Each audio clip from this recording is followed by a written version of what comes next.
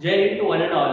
Today I am here with the 10th class SST English medium. Today we are going to discuss about unit number 2nd of Pariksha Board, that is disaster and disaster management. Today our topic is long answer number 5, that is what are the main stages of disaster management explain. हमें main stages बताना है इस answer के अंदर disaster management की कि जो disaster management है उसकी मेन स्टेजेस क्या क्या है।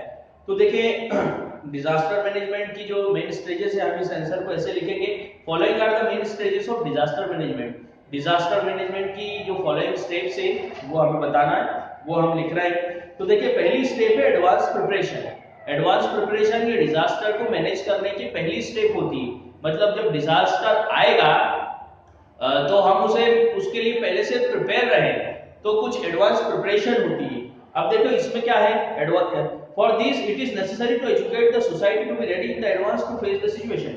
देखिए इसमें हम सोसाइटी को क्या करें, एजुकेट करें कि वो पहले से डिजास्टर के लिए तैयार रहे कि उन्हें करना क्या है, मतलब डिजास्टर आएगा तो करना क्या है। अब देखिए इसके लिए क्या क्या जरूरी है। पहली एजुकेशन एंड कम्युनिटी अवेयरनेस, लोगों को एजुकेट करें और पूरी कम्युनिटी को हम अवेयर करें। दूसरा है prepare plan for disaster management for society, schools and people.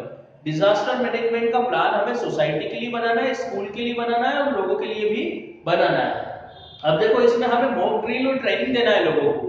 मतलब हमें मॉक ड्रिल करना है स्कूल के अंदर या नगर निगम जो बिल्डिंग्स है उसमें या दूसरे बिल्डिंग्स के अंदर हमें मॉक ड्रिल करना है या लोगों को ट्रेनिंग देना है कि जब ऐसा डिजास्टर होता है तो उस सिचुएशन में उस समय आपको क्या करना है। Listing of material and trend human resources needed. इसके अलावा जो यदि डिजास्टर होता है तो वहां पर हमें किन किन मटेरियल की जरूरत लगेगी उसकी हमें लिस्ट बनाना है, और जो ह्यूमन रिसोर्स है and trend human resource needed, और इसके अलावा जो ट्रेंड लोग हैं उनकी हमें जरूरत लगेगी, तो पहले से हमें लोगों को ट्रेन करके रखना है। हमारे पास एक टीम होना चाहिए। Okay, proper warning system. देखिए जो भी बिल्डिंग्स है वहां पर प्रॉपर वार्निंग सिस्टम होना चाहिए ताकि यदि डिजास्टर आता है तो हमें पहले से मालूम हो सके और हम वार्न हो सके। सेकंड है relief and action at the time of disaster. Disaster के टाइम पे रिलीफ और action. Following things are necessary which should be done before, during and immediately after the disaster. अब देखिए कुछ चीजें ऐसी है जो हमें डिजास्टर के समय इमीडिएटली चाहिए होती है। ओके, जिससे कि जो डिजास्टर्स का इफेक्ट है उसको मिनिमाइज किया जा सके। देखो पहला है to implement the disaster management plan. सबसे पहले डिजास्टर मैनेजमेंट प्लान को इंप्लीमेंट करना। सेकेंड है to set up community kitchen. Community kitchen बनाना। देखिए डिजास्टर जब होता है तो लोगों के घर बर्बाद हो जाते हैं, लोग टेंटों में आ जाते हैं, तो हमें यहाँ पर एक कम्युनिटी किचन डेवलप करना है ताकि जो लोग हैं उनकी हम मदद कर सके। अब कम्युनिटी किचन डेवलप करना है तो इसमें लोगों से ही मदद लेना पड़ेगी। मतलब जो लोगों के पास में अभी पैसे बचे हुए हैं, जिनका घर बचा हुआ है या जिनके पास में अच्छा फंड है, तो उनसे हमें पैसे कलेक्ट करके, चंदा कलेक्ट करके ये कम्युनिटी किचन बनाना है। थर्ड है टू कलेक्ट रिसोर्सेस। रिसोर्सेस को कलेक्ट करना, जैसे भी हो सके, गवर्नमेंट से हो सके या कोई एनजीओ से हो सके, तो वहां से हमें रिसोर्सेस को कलेक्ट करना। फोर्थ है to warn people on the basis of latest position. जो लेटेस्ट पोजीशन है उसके बारे में हम लोगों को वार्न करते रहे।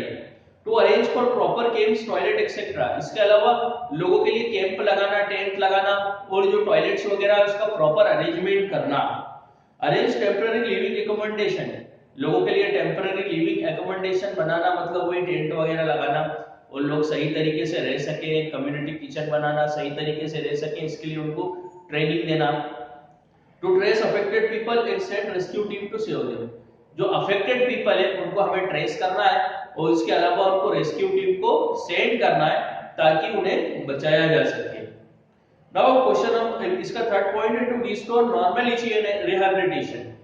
देखिए steps to rearrange infrastructure facilities and to extend economic and emotional support to people. देखिए यदि नेचुरल डिजास्टर्स वगैरह होता है तो इंफ्रास्ट्रक्चर हमें रीअरेंज करने की कोशिश करना है। जो इंफ्रास्ट्रक्चर बिगड़ गया है उसको फिर से रीअरेंज करना, और इसके अलावा इकोनॉमिक फैसिलिटीज को एक्सटेंड करने की कोशिश करना और लोगों को इमोशनल सपोर्ट देना। मतलब जिन लोगों के जो प्यारे हैं वो इस दुनिया से जा चुके हैं या कहीं फंसे हुए हैं तो उनको इमोशनल सपोर्ट्स देने की कोशिश करना है हमें। To give up information to community regarding health and protective measures. देखिए जो जहाँ पर नेचुरल डिजास्टर हुआ है इसकी इंफॉर्मेशन हमें गवर्नमेंट तक के पहुंचाना है। इसके अलावा जो प्रोटेक्टिव मेजर्स है वो भी लोगों को बताना है। ओके, इसके अलावा अभी वहां पर हेल्थ कंडीशन क्या है इसके बारे में भी समय समय पर हमें गवर्नमेंट को आगाह कराना है। Second, programmes for those who need and relatives are missing to extend support and sympathy. देखिए जिन लोगों के प्यारे इस दुनिया से जा चुके हैं या उनके रिलेटिव्स बिछड़ गए हैं तो उन्हें हमें सिंपैथी देना, सांत्वना देना। Restore essential services, communication system and roads and put them in order again. इसके अलावा जो एसेंशियल सर्विसेज है जैसे कम्युनिकेशन सर्विसेज है और इसके अलावा रोड सर्विसेज वगैरह है उसको फिर से अगेन रिस्टोर करने की कोशिश करना है ना, ताकि जो लोगों की जिंदगी है वो नॉर्मल हो सके। To provide temporary shelter in living accommodation, वही बात आती है लोगों के लिए टेम्पररी शेल्टर्स वगैरह बनाना। To collect reusable material for construction for damage. इसके अलावा देखिए कचरे से भी बहुत सारी चीजें बनाई जा सकती है ना, तो हमें ऐसी चीजें कलेक्ट करना है, ऐसे मटेरियल को कलेक्ट करना है जिससे हम कुछ नया बना सके, मतलब जिसको रिसाइकल्ड कर सके। ओके, क्योंकि देखिए जब नेचुरल कैलामिटी होती है तो कचरा वगैरह या जो दूसरी चीजें होती है वो यहाँ वहाँ बिखरी हुई होती है, तो इन चीजों को कलेक्ट करके वो कम्युनिटी के काम आ सके, ऐसा काम हमें करना है।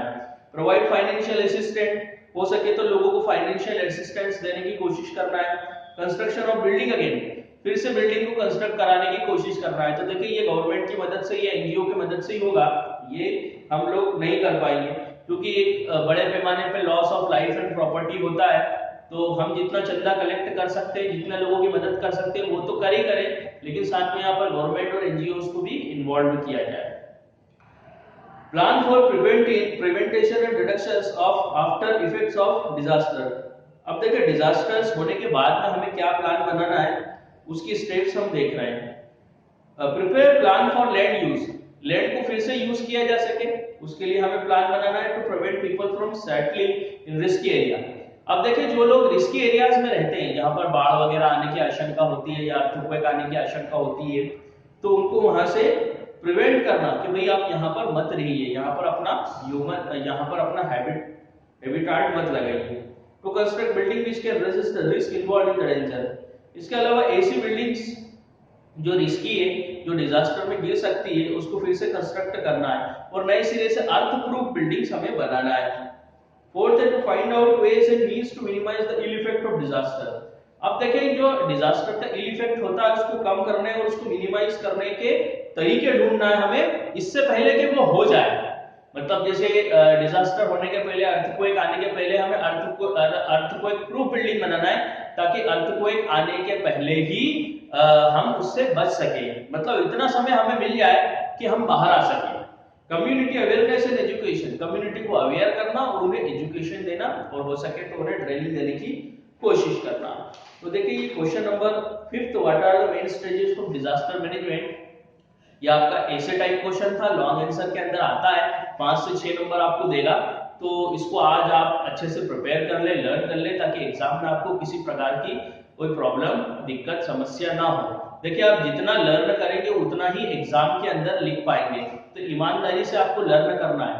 एक दिन के अंदर आपको कोई भी याद नहीं होगा, कुछ भी याद नहीं होगा, तो डेली आपको जितना दिया जा रहा है थोड़ा थोड़ा प्रिपेयर करिए ताकि एग्जाम में आपको किसी प्रकार की प्रॉब्लम का सामना नहीं करना पड़े। हाँ, अगर कोई समस्या आती है तो उसको बताने के लिए मैं हूँ, लेकिन प्रिपेयर आपको स्वयं ही करना पड़ेगा, लर्न आपको स्वयं ही करना पड़ेगा, आपको स्वयं ही एग्जाम देना है। ओके, तो इस बात को समझे, इस सच्चाई को समझे और डेली प्रिपरेशन करने की कोशिश करें। जो दिया जा रहा है, जहाँ प्रॉब्लम आ रही है वो आप मेरे को व्हाट्सएप पे मेरे पर्सनल नंबर पे भी सेंड कर सकते हैं, और इसके अलावा यदि कोई प्रॉब्लम नहीं है तो आप उसको अच्छे से रीड करें, रिवाइज करें और लर्न करें ताकि एग्जाम में किसी प्रकार की समस्या ना हो।